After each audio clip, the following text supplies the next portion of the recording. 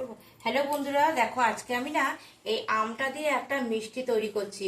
দেখো আমি কিভাবে তৈরি করছি। প্রথমে আমি আমটা ছাড়িয়ে একটু পালটা বের করে নেবো। দেখো আমি পালটা বের করেই রেখেছি।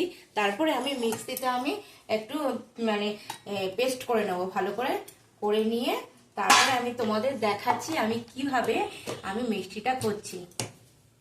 বসিয়ে দিয়েছি, তারপরে কড়াইটা গরম হয়ে গেছে। আমি কিছুটা চিনি দিয়ে দিলাম, আমি বাটি মেপে একটু চিনি দিয়ে দিলাম। চিনিটা ভালো করে একটু নাড়াচাড়া করে তারপরে আমি দিয়ে দেবো হচ্ছে যে আমটা যে আমি পেস্ট করে রেখেছিলাম সেই আমটা আমি দিয়ে দেবো। দিয়ে আমি আর একটু ভালো করে একটু নাড়াচাড়া করে নেবো।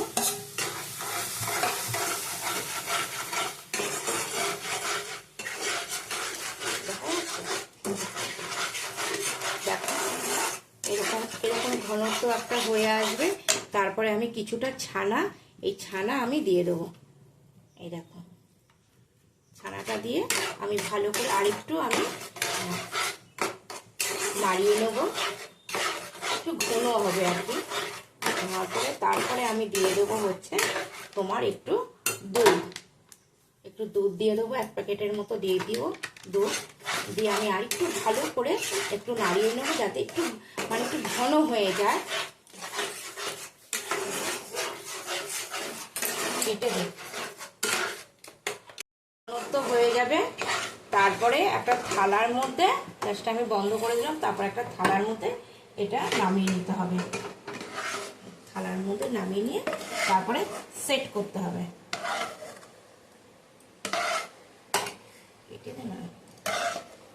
হয়ে গেছে, সেট হয়ে যাওয়ার পর তারপরে আমি ছুরি দিয়ে একটু কেটে নিচ্ছি। তোমরা যে কোনো শেপে তুমি কাটতে পারো, আমি এরকম চৌকোভাবেই আমি কেটে নিচ্ছি। কেটে নিয়ে আমি দেখাচ্ছি তোমাদের। দেখো তোমরা একটু ফ্রিজে রেখে দেবে। হ্যাঁ, আমি ফ্রিজেই রেখে দিয়েছি, রেখে আমি এটা সেট করে নিয়েছি, তাহলে খুব ভালো হয়েছে।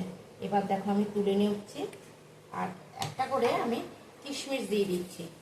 দেখো একটা করে তোমরা যে কোনো ড্রাই ফ্রুট দিতে পারো, কাজুও দিতে পারো বা পেস্তাও দিতে পারো। আমার কাছে ছিল না, আমার কাছে এই কিশমিশই ছিল, আমি সেজন্য কিশমিশই দিয়েছি। দেখো আমি একটা তুলে তোমাদের আমি দেখিয়ে দিচ্ছি কতটা সেট হয়েছে।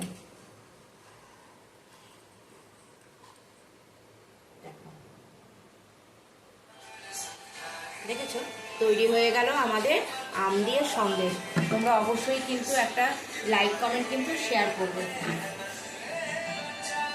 অবশ্যই কিন্তু কমেন্ট করবে, কমেন্টে কিন্তু জানাবে তোমাদের কেমন লাগলো আর তোমরাও তৈরি করবে।